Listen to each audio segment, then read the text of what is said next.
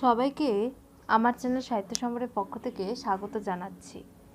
আজকের পর্বে আমি পাঠ করব তুঙ্গভদ্রার তীরে এই উপন্যাসটির দ্বিতীয় পর্ব।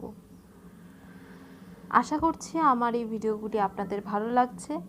যদি ভিডিওগুলি আপনাদের ভালো লেগে থাকে তাহলে অবশ্যই চ্যানেলটিকে সাবস্ক্রাইব করুন এবং নিজের বন্ধুদের মধ্যেও এটা শেয়ার করে দিন, যাতে তারাও এই ভিডিওগুলি দেখে উপকৃত হতে পারেন। আর অবশ্যই কমেন্ট সেকশনে জানান যে কেমন লাগছে। তো শুরু করছি আজকের ভিডিও। তুঙ্গভদ্রার তীরে উপন্যাসের দ্বিতীয় পর্ব। 1। দিনের আলো ফুটিবার সঙ্গে সঙ্গেই কিল্লাঘাটে মহা হইচই আরম্ভ হইয়া গিয়াছে। কুমার কম্পন ফিরিয়া আসিয়াছেন। গোলাকৃতি খেয়ার তরিগুলি ঝড়ের তাড়নে ছত্রভঙ্গ হইয়া গিয়াছিল, কিন্তু ডুবিয়া যায় নাই। তাহারা ঘাটে ফিরিয়া আসিয়াছে। এই বিচিত্র গঠনের ডিঙাগুলি তুঙ্গভদ্রার নিজস্ব নৌকা। ভারতের অন্য কোথাও দেখা যাইত না। বেতের চ্যাঙারির গায়ে চামড়ার আবরণ পড়াইয়া এই ডিঙাগুলি নির্মিত, তবে আয়তনে চাঙারির তুলনায় অনেক বড়। 10-12 জন মানুষ তল্লিতল্লা লইয়া স্বচ্ছন্দে বসিতে পারে। এই জাতীয় জলযান প্রাচীনকাল হইতে আরব দেশে প্রচলিত ছিল। দক্ষিণ ভারতে কেমন করিয়া উপনীত হইল বলা সহজ নয়। হয়তো মোবলারা যখন আরব দেশ হইতে আসিয়া দাক্ষিণাত্যে উপনিবেশ স্থাপন করে তখন তাহারাই এই জাতীয় নৌকার প্রবর্তন করিয়াছিল। কুমার কম্পনদেব ঘাটে দাঁড়াইয়া দেখিতেছিলেন কলিঙ্গের 3টি বহিত্র নদী মধ্যস্থ বিভিন্ন চরে আটকাইয়া বেসামাল ভঙ্গিতে দাঁড়াইয়া আছে।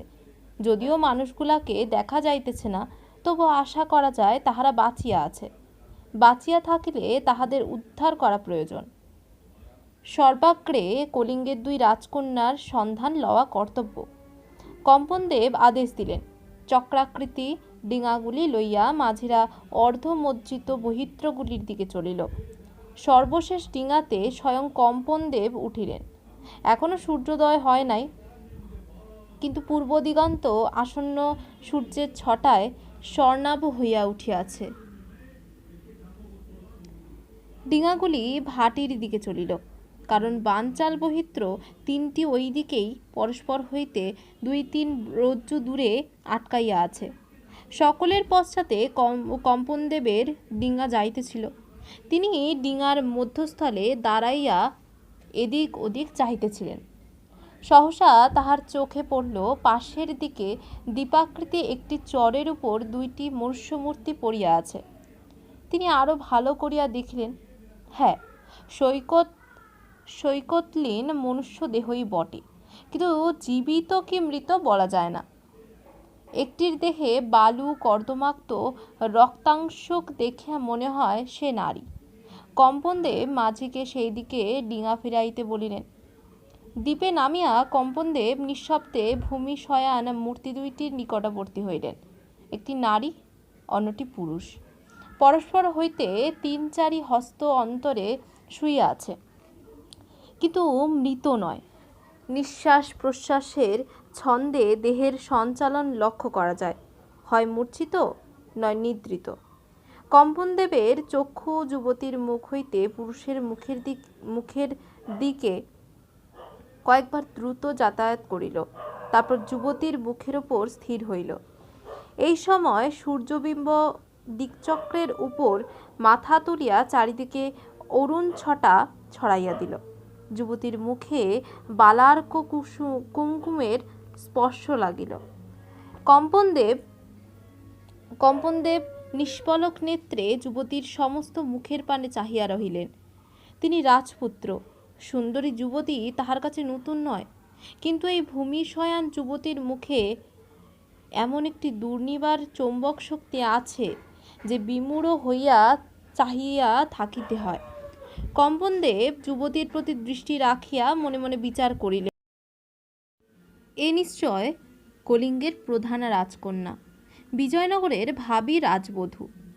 কম্পনদেব বোধ করি কলিঙ্গ দেশিয়া বা বরাঙ্গনাদের কুহক ভরা রূপলাবণ্যের সহিত ইতিপূর্বে পরিচিত ছিলেন না। তাহার সর্বাঙ্গ দিয়া ঈর্ষামিশ্রিত অভিসার শিহরণ বহিয়া গেল। আরও কিছুক্ষণ নিদ্রিতাকে পর্যবেক্ষণ করিয়া তিনি গলার মধ্যে শব্দ করিলেন। অমনি বিদ্যুন্মালার চক্ষু দুটি খুলিয়া গেল। অপরিচিত পুরুষ দেখিয়া তিনি বসন সংবরণপূর্বক উঠিয়া বসিলেন। উষাকালে তিনি আবার তন্দ্রাচ্ছন্ন হইয়া পড়িয়াছিলেন। অর্জুনও ঘুমাইয়াছিল। অর্জুনের ঘুম কিন্তু ভাঙিল না। সারা রাত্রি জাগরণের পর সে গভীরভাবে ঘুমাইয়া পড়িয়াছে। বিদ্যুন্মালা একবার কুমার কম্পনদেবের দিকে চক্ষু তুলিয়াই আবার চক্ষু নত করিলেন। এই পরম কান্তিমান যুবকের চোখের দৃষ্টি ভালো নয়। বিদ্যুন্মালা ঈষৎ উদ্বিগ্ন স্বরে জিজ্ঞাসা করিলেন, আপনি কে? কম্পনদেব বলিলেন, আমি রাজভ্রাতা কুমার কম্পনদেব। ঝঞ্ঝা বিধ্বস্তদের খোঁজ নিতে বেরিয়েছি। আপনি? আমি কলিঙ্গের রাজকন্যা বিদ্যুন্মালা। কম্পনদেব অর্জুনের দিকে কটাক্ষপাত করিয়া বলিলেন, এ ব্যক্তিকে? বিদ্যুন্মালা বলিলেন, আমি ঝড়ের আঘাতে নৌকা থেকে জলে পড়ে গিয়েছিলাম, ডুবে যাচ্ছিলাম। উনি আমাকে উদ্ধার করেছেন। ওর নাম অর্জুন বর্মা। নিদ্রার মধ্যেও নিজের নাম অর্জুনের কর্ণে প্রবেশ করিয়াছিল। সে এক লাফে উঠিয়া দাঁড়াইল। কম্পনদেবকে দেখিয়া বলিল, কে? কম্পনদেব কুঞ্চিত চক্ষে তাহাকে নিরীক্ষণ করিলেন, উত্তর দিলেন না। তারপর বিদ্যুন্মালার দিকে ফিরিলেন। সারা রাত্রি আপনি এবং এই ব্যক্তি দ্বীপেই ছিলেন? হ্যাঁ। ভালো, চলুন এবার ডিঙায় উঠুন। বিদ্যুন্মালা উঠিয়া দাঁড়াইলেন। তাহার চক্ষে সহসা ব্যাকুলতার ছায়া পড়িল। তিনি বলিলেন, কিন্তু কঙ্কনা, আমাদের নৌকা কি ডুবে গিয়েছে? কম্পনদেব বলিলেন, না, একটি নৌকাও ডোবেনি। কঙ্কনাকে? আমার ভগিনী মণিকঙ্কনা। তিনি নিশ্চয় ময়ূরপঙ্খী নৌকাতেই আছেন। আসুন, প্রথমে আপনাকে সেখানে নিয়ে যাই। বিদ্যুন্মালা ডিঙায় উঠিলেন। কুমার কম্পন একটু চিন্তা করিয়া অর্জুনের দিকে শির সঞ্চালন করিলেন। অর্জুন ডিঙায় উঠিল। তখন কম্পনদেব স্বয়ং ডিঙায় আহরণ করিয়া স্রোতের মুখে নৌকা চালাইবার আদেশ দিলেন। সূর্য আরও উপরে উঠিয়াছে। নদীর বুকে যে সামান্য বাষ্পাবরণ জমিয়াছিল তাহা অন্তর্হিত হইয়াছে। নৌকা তিনটি স্পষ্ট দেখা যাইতেছে। প্রথমেই ময়ূরপঙ্খী নৌকা নিমজ্জিত চরে অবরুদ্ধ হইয়া উৎকণ্ঠ ময়ূরের ন্যায় দাঁড়াইয়া আছে। চারিদিকে জল। ইতিমধ্যে একটি ডিঙা তাহার নিকট পৌঁছিয়াছে, কিন্তু ময়ূরপঙ্খীর পাটাতনে মানুষ দেখা যাইতেছে না। কুমার কম্পনের ডিঙা ময়ূরপঙ্খীর গায়ে গিয়া ভিড়িল। কুমারী বিদ্যুন্মালা শীর্ণ কণ্ঠে ডাকিলেন, কঙ্কনা। খোলের ভিতর হইতে আলুথালু বেশে মণিকঙ্কনা বাহির হইয়া আসিল। বিদ্যুন্মালাকে দেখিয়া দুই বাহু প্রসারিত করিয়া চিৎকার করিয়া উঠিল, মালা, তুই বেঁচে আছিস? বিদ্যুন্মালা টলিতে টলিতে ময়ূরপঙ্খীর পাটাতনে উঠিলেন। দুই ভগিনী পরস্পর কণ্ঠলগ্না হইলেন। তারপর গলদশ্রু নেত্রে রইঘরে নামিয়া গেলেন। রাজপুরীতে যাইতে হইবে। আবার বেশবাস পরিবর্তন করিয়া রাজকন্যার উপযোগী সাজসজ্জা করা প্রয়োজন। ডিঙাতে দাঁড়াইয়া কুমার কম্পন অঙ্গুলি দিয়া সূক্ষ্ম গুম্ফের প্রান্ত আমর্ষণ করিতে লাগিলেন। অর্জুন অপাঙ্গ দৃষ্টিতে তাহাকে দেখিতেছিল। তাহার মনের ভাব বুঝিতে কষ্ট হইল না। রাজপুত্র রূপ দেখিয়া মজিয়াছেন। শোভাযাত্রা করিয়া রাজকন্যারা কিল্লাঘাট হইতে রাজভবন অভিমুখে যাত্রা করিলেন। রাজকন্যাদের হাতের পিঠে উঠিবার অনুরোধ করা হইয়াছিল। তাহারা ওঠেন নাই। দুই বোন পাশাপাশি চতুর্দোলায় বসিয়াছেন। কুমার কম্পন অশ্বপৃষ্ঠে চতুর্দোলার পাশে চড়িয়াছেন। তাহার দৃষ্টি মুহুর্মুহু রাজকন্যাদের দিকে ফিরিতেছে। রহস্যময় দৃষ্টি। তাহার অন্তর্গূঢ় জল্পনা কেহ অনুমান করিতে পারে না। চতুর্দোলার পশ্চাতে একটি দোলায় রাজবৈদ্য বৃদ্ধ রসরাজ ঔষধের পেট্রা লইয়া উঠিয়াছেন। ভাগ্যক্রমে তাহার দেহ অনাহত আছে, কিন্তু অবস্থাগতিকে তিনি যেন একটু দিশাহারা হইয়া পড়িয়াছেন। রসরাজের পেছনে নৌকার নাবিক ও সৈনিকের দল পদব্রজে চলিয়াছে। তাহাদের মধ্যে অর্জুন বর্মাও আছে। সে চলিতে চলিতে ঘাড় ফিরাইয়া এদিক ওদিক দেখিতেছে। সবগুলি মুখই পরিচিত, কিন্তু বলরামকে দেখা যাইতেছে না। অর্জুনের পাশের লোকটি হাসিয়া বলিল, বলরাম কর্মকারকে খুঁজছ? সে আসেনি, নৌকা জখম হয়েছে, তাই মেরামতির জন্য বলরাম আর কয়েকজন ছুতোর নৌকাতেই আছে। অর্জুন নিশ্চিন্ত হইল। বিচিত্র নগর শোভা দেখিতে দেখিতে চলিল। শোভাযাত্রার গতি দ্রুত নয়। সম্মুখে 5টি হাতি ও পশ্চাতে অশ্বারোহীর দল তাহার বেগ মর্যাদা সংযত করিয়া রাখিয়াছে। আজ আর মুরজ বাজাইতেছে না। থাকিয়া থাকিয়া বিপুল শব্দে তুরি ও পটহ ধ্বনিত হইতেছে, যেন বিজয়ী সৈন্যদল ডঙ্কা বাজাইয়া গৃহে ফিরিতেছে। এই বিশাল নগরের আকৃতি প্রকৃতি সত্যই বিচিত্র। 7টি প্রাকার বেষ্টনীর মধ্যে 6টি পেছনে পড়িয়া আছে, তবু নগর এখনো তাদৃশ্য জনাকীর্ণ নয়। ভূমি কোথাও সমতল নয়, কঙ্করাবৃত পথ কখনো উঠিতেছে, কখনো নামিতেছে, কখনো মকরাকৃতি অনুচ্চ গিরিশ্রেণীকে পাশ কাটাইয়া যাইতেছে, কোথাও অগভীর সংকীর্ণ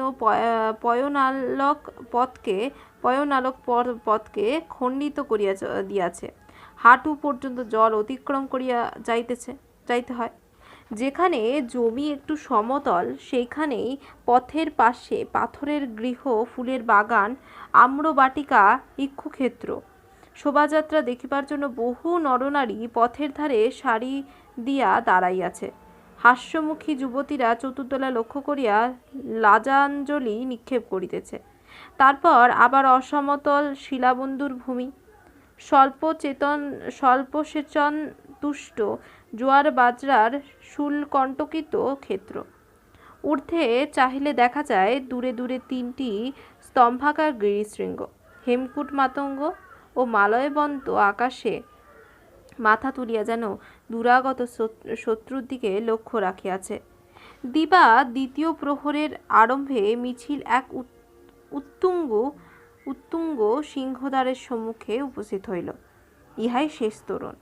তোরণের 2 পাশ হইতে উচ্চ পাষাণ প্রাকার নির্গত হইয়া অন্তর্ভুক্ত ভূমিকে বেষ্টন করিয়া রাখিয়াছে। বিস্তীর্ণ নগর চক্রের ইহা কেন্দ্রস্থিত নাভি। তোরণের প্রহরীরা পথ ছাড়িয়া দিল। মিছিল 7ম পুরীতে প্রবেশ করিল। 7 কৌটার মধ্যে 1 কৌটা। ইহার ব্যাস 4 ক্রোশ। ইহার মধ্যে 34টি প্রশস্ত রাজপথ আছে।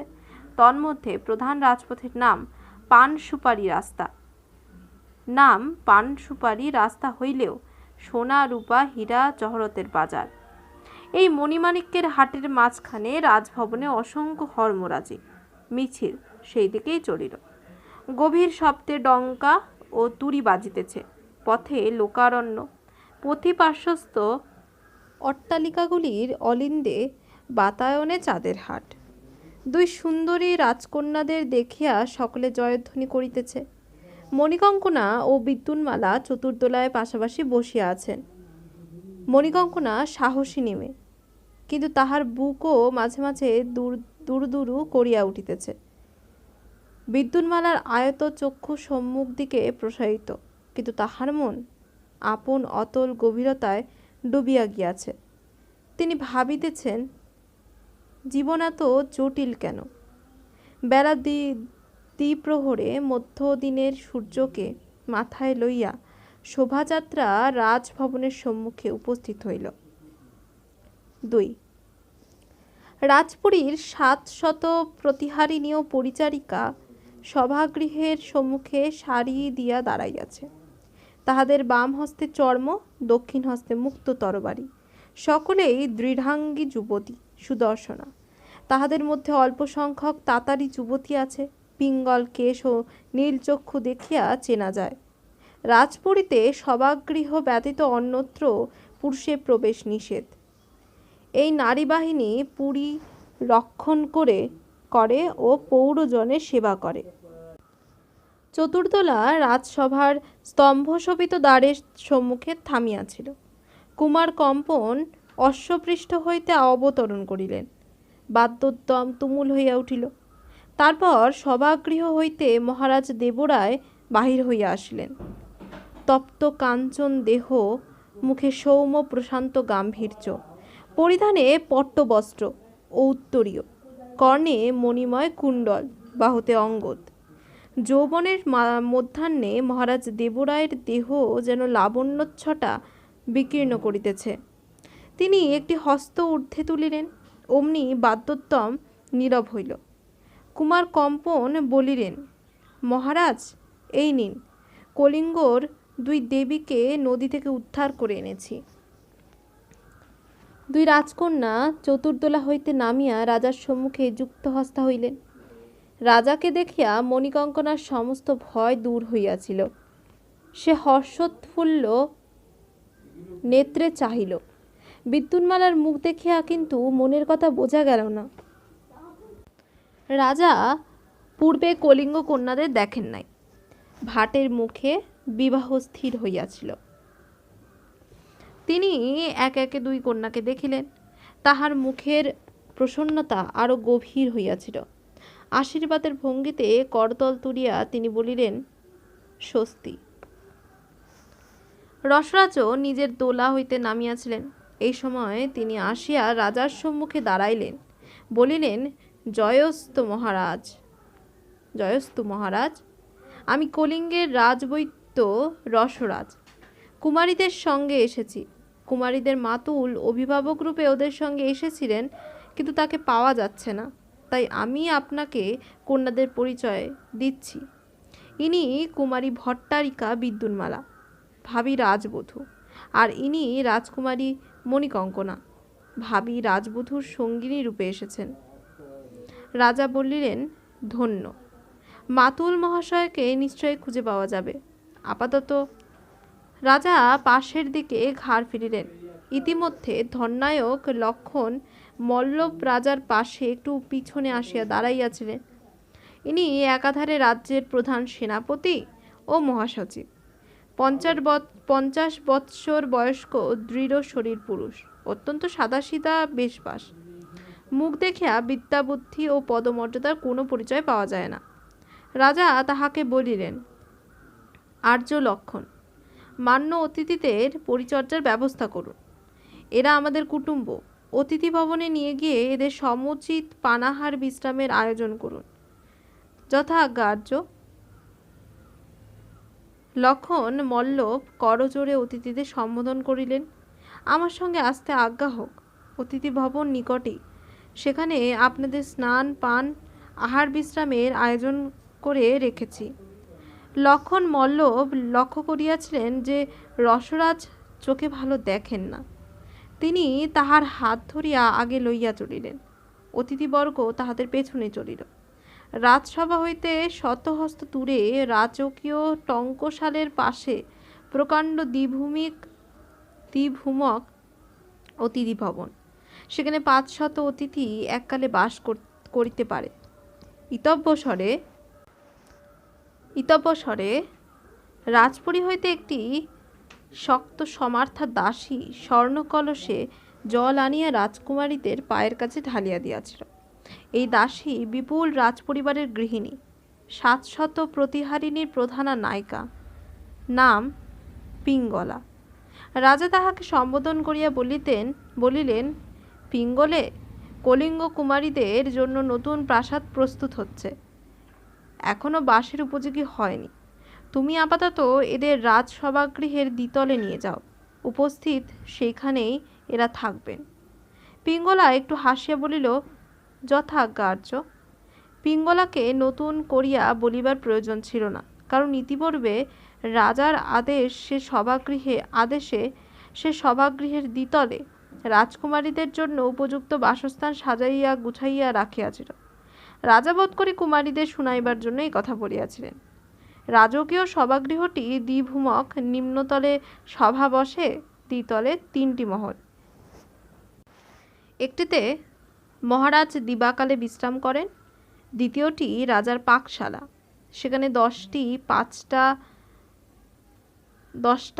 10টি পাচিকা রান্নার জন্য রন্ধন করে।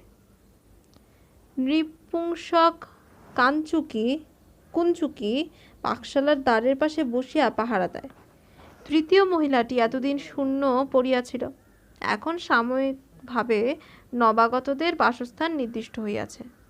রাজা পুনশ্চ বলিলেন, এদের নিয়ে যাও, যথোচিত সেবা করো, দেখো যেন সবার ত্রুটি না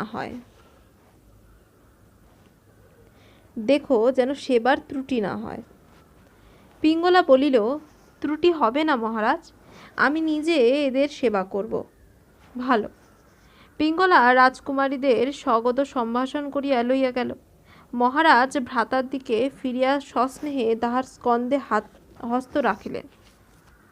কম্পন, কাল থেকে তোমার অনেক পরিশ্রম হয়েছে, যাও নিজ গৃহে বিশ্রাম করো গিয়ে।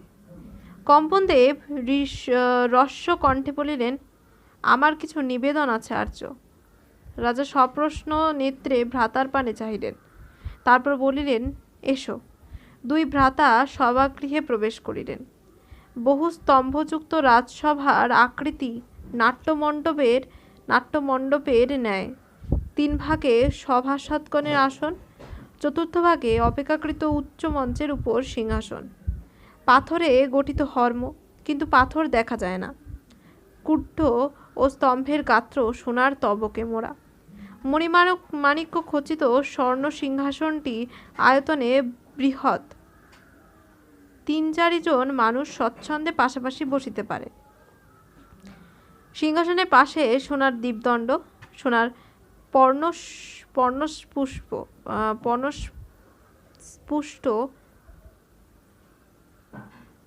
পর্ণসম্পুট, সোনার ভৃঙ্গার, চারিদিকে সোনার ছড়াছড়ি। সেখানে এত সোনা বোধ করি ভারতে অন্যত্র কোথাও ছিল না। দ্বীপ্রহরে সভাগৃহ শূন্য। সভাসদরা স্ব-স্ব-গৃহে প্রস্থান করিয়াছিলেন।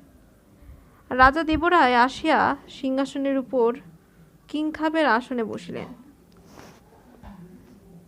তাহার ইঙ্গিতে কুমার কম্পন তাহার পাশে বসিলেন। 2 জনে পাশাপাশি বসিলে দেখা গেল তাহাদের আকৃতি প্রায় সমান। 10 বছর বয়সের পার্থক্যে যতটুকু প্রভেদ থাকে ততটুকুই আছে। এই সাদৃশ্যের সুযোগ লইয়া মহারাজ দেবরায় একটু কৌতুক করিতেন।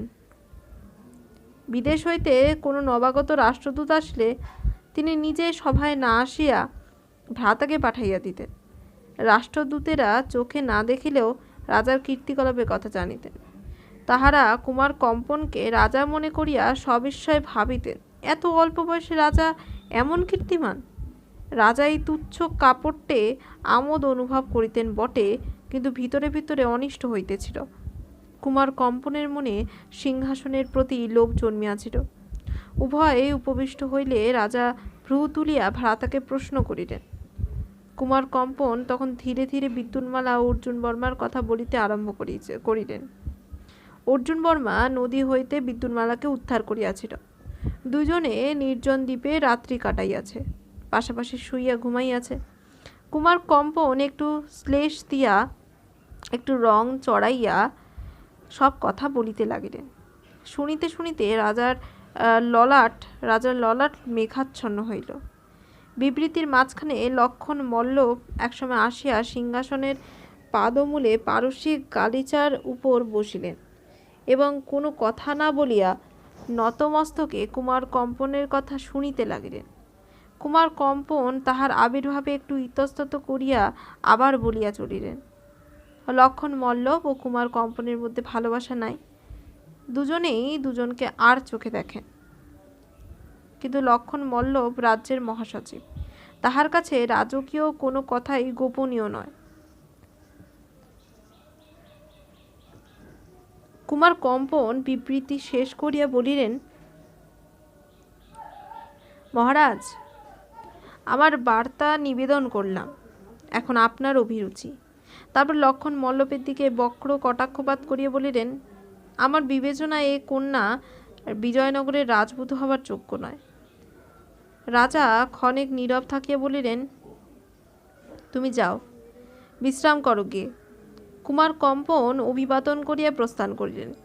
নিজের মনোগত অভিপ্রায় না জানাইয়া যতটা বলা যায় তাহা বলা হইয়াছে। আপাতত এই পর্যন্ত থাক। রাজা ও মন্ত্রী পরস্পরের চোখে চোখে চোখ রাখিয়া কিছুক্ষণ বসিয়া রহিলেন। তারপর রাজা বলিলেন, আপনি বোধহয় কম্পনের কথা সবটা শোনেননি।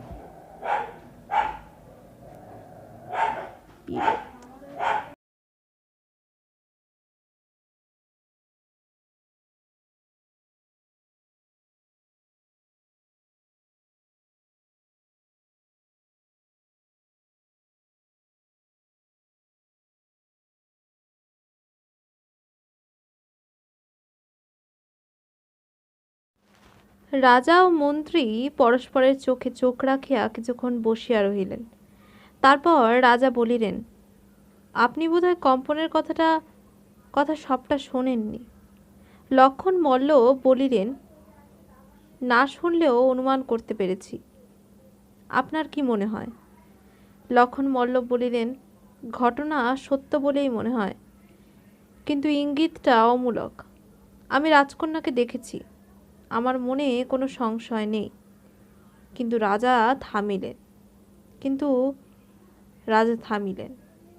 লক্ষণ মল্ল বলিলেন, অর্জুন বর্মা নিশ্চয় দলের সঙ্গে এসেছে, তাকে প্রশ্ন করা যেতে পারে।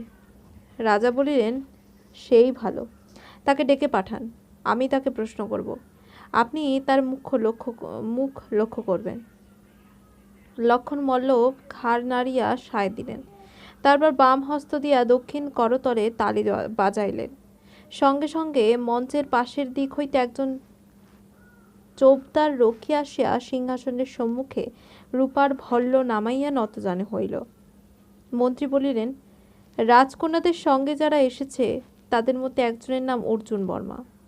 অতিথিশালা থেকে তাকে এখানে নিয়ে এসো। রক্ষী ভল্ল হস্তে উঠিয়া দাঁড়াইল। মন্ত্রী পুনশ্চ বলিলেন, বেঁধে আনতে হবে না, সমাদর করে নিয়ে আসবে। রক্ষী বলিল, যথা আজ্ঞা আর্য। রাজা বলিলেন, আমি বিরাম গৃহে যাচ্ছি, সেখানে তাকে পাঠিয়ে দিও। রক্ষী বলিল, যথা আজ্ঞা মহারাজ। 3 অতিথি ভবনে বহু সংখ্যক পরিচারক নবাগতদের সেবার ভার লইয়াছিল।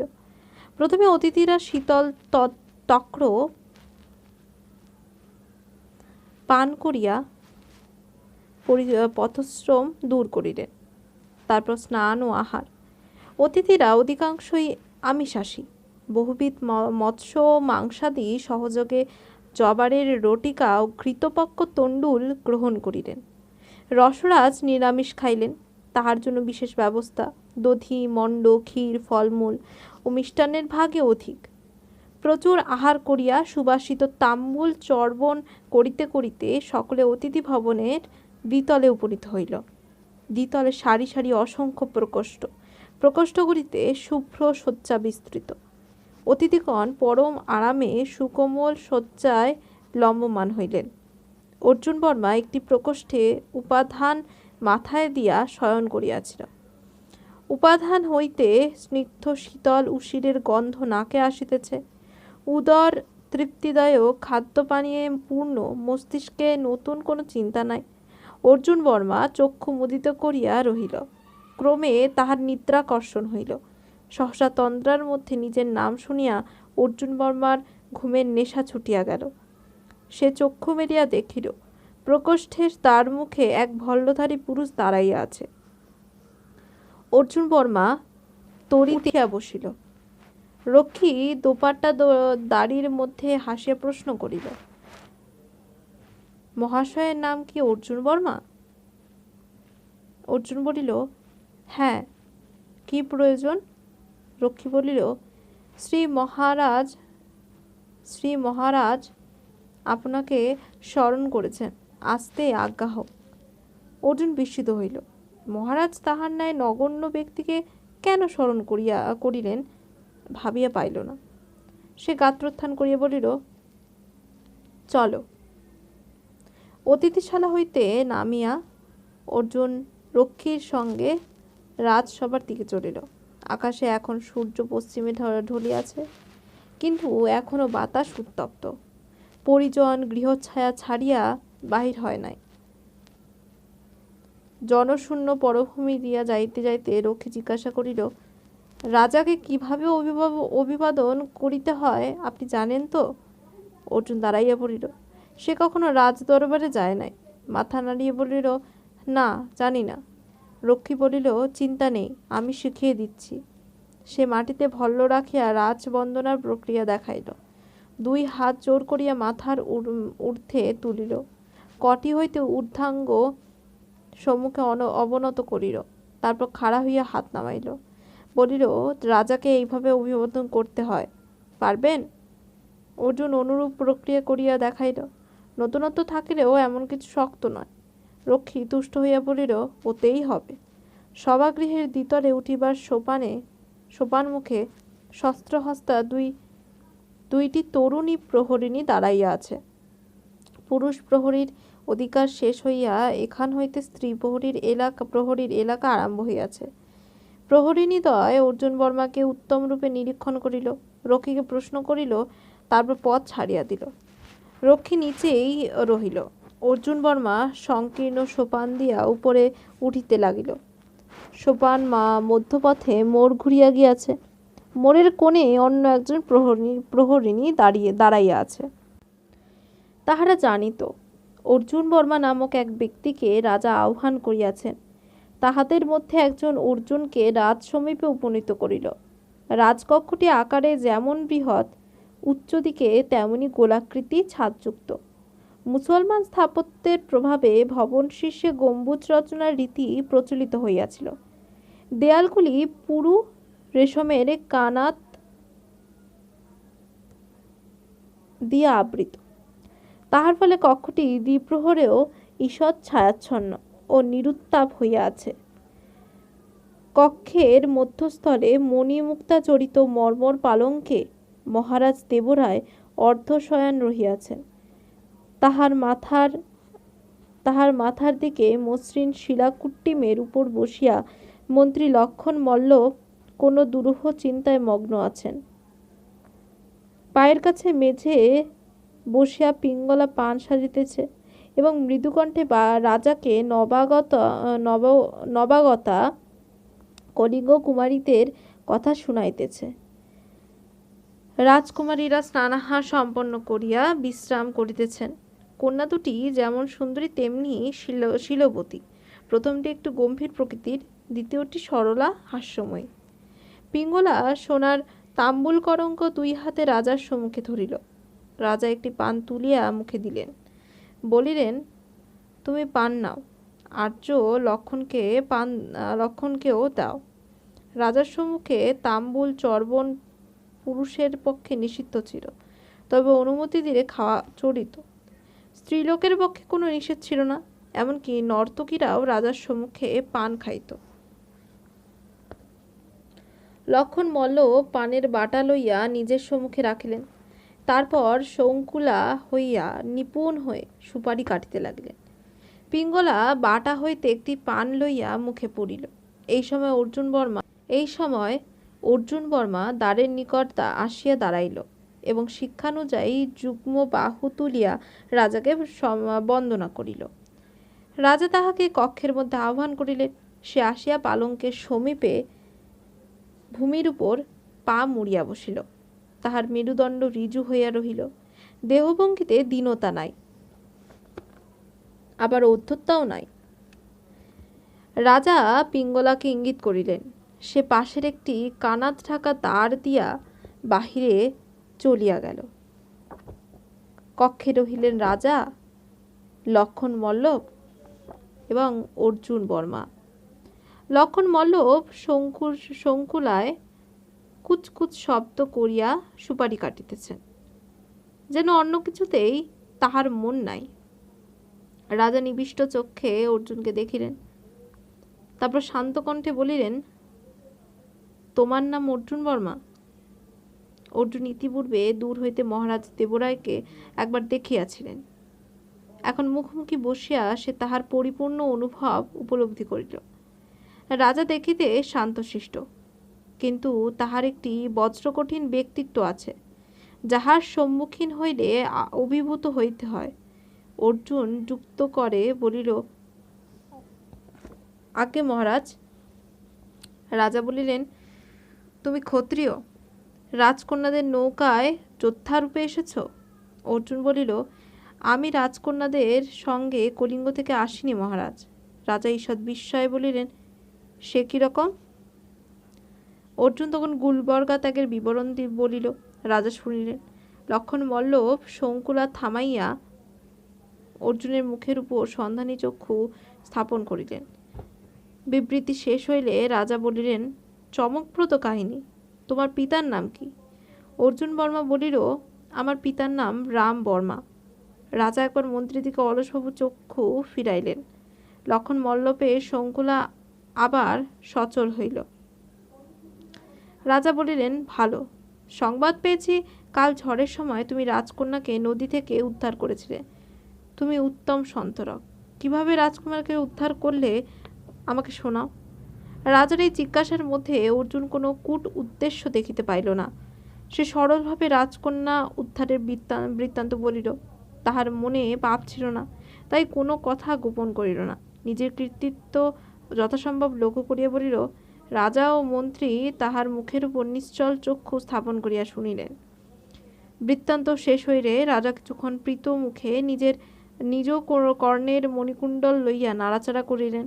তারপর বলিলেন, তোমার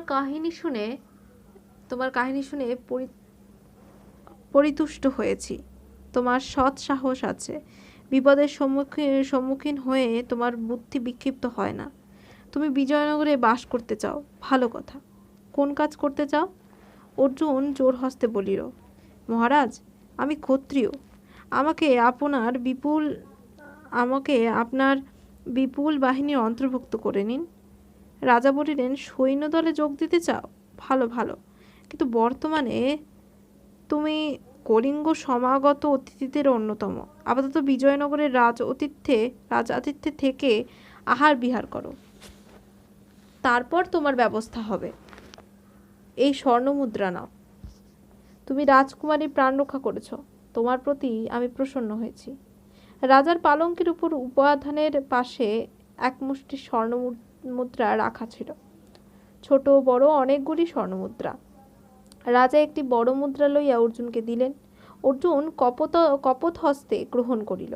রাজা বলিলেন, আর্য লক্ষণ, অর্জুন বর্মাকে পান দিন। লক্ষণ মল্ল বাটা হইতে অর্জুনকে পান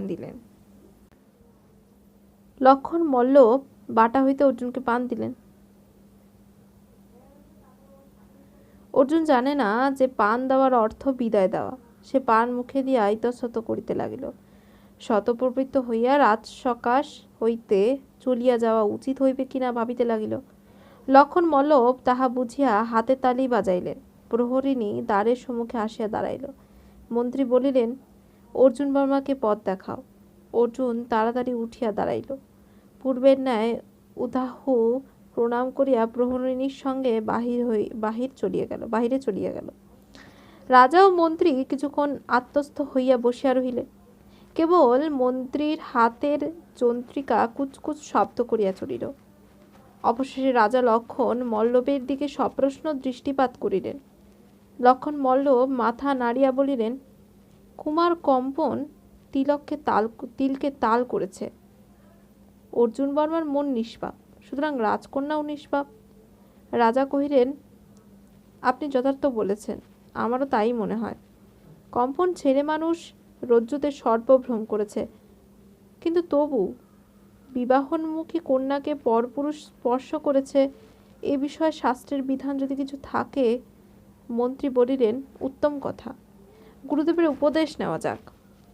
অতএব রাজগুরু আর্য কুর্মদেবকে রাজার প্রণাম পাঠানো হলো। কুর্মদেব একটি তৃণাসন হস্তে উপস্থিত হইলেন। শীর্ণকায় পলিত শিষ্য ব্রাহ্মণ। রাজা তাহার সম্মুখে দণ্ডবোধ হইলেন। কুর্মদেব স্বস্তি বাচন উচ্চারণ করিয়া শিলা কুটুমের উপর তৃণাসন পাতিয়া উপবিষ্ট হইলেন। রাজাও ভূমিতে বসিলেন। সমস্যার কথা শুনিয়া কুর্মদেব কিয়ৎকাল চক্ষু মুদিয়া মৌনভাবে রহিলেন। শাস্ত্রজ্ঞ প্রবীণ ব্যক্তি হইলেও তিনি শাস্ত্রকে শাস্ত্রের ন্যায় ব্যবহার করেন না, লঘুপাপে গুরুদণ্ডের ব্যবস্থা করেন না। তিনি চক্ষু খুলিয়া বলিলেন, দোষ হয়েছে, কিন্তু গুরুতর নয়। বিবাহোন্মুখী কন্যাকে সাধু উদ্দেশ্যে পরপুর স্পর্শ করলে তাদৃশ দোষ হয় না, তবে প্রায়শ্চিত্ত করতে হবে। বিবাহ 3 ঋতুকাল বন্ধ থাকবে। এই 3 মাস কন্যা প্রত্যহ প্রাতে অবগাহন স্নান করে পম্পাপতির মন্দিরে স্বহস্তে পূজা দেবেন, তাহলেই তার পাপ মুক্তি হবে। তখন বিবাহ হতে পারবে। শ্রাবণ মাসে আমি বিবাহের তিথি নক্ষত্র দেখে রাখব। গুরুর ব্যবস্থা রাজার মনোভূত হইল। বিবাহ 3 মাস পরে হইলে ক্ষতি কি, বরং এই অবকাশে ভাবী বধূর সহিত মানসিক পরিচয়ের সুযোগ হইবে। ইতিমধ্যে কন্যার পিতা গজপতি ভানুদেবকে সংবাদটা জানাইয়া দিলেই চলিবে। রাজা বলিলেন, যথা আজ্ঞা গুরুদেব। 2 দণ্ড পরে গুরুদেব বিদায় লইলেন। তখন রাজা ও মন্ত্রী নিভৃতে মন্ত্রণা করিতে বসিলেন। আজকের ভিডিও এই পর্যন্তই। এর পরের দিন আমি এই উপন্যাসের দ্বিতীয় পর্বটা শেষ করে দেব এবং তৃতীয় পর্বটা শুরু করব। তো আজকের মতো এখানেই রাখছি। সবাই ভালো থাকবেন, সুস্থ থাকবেন।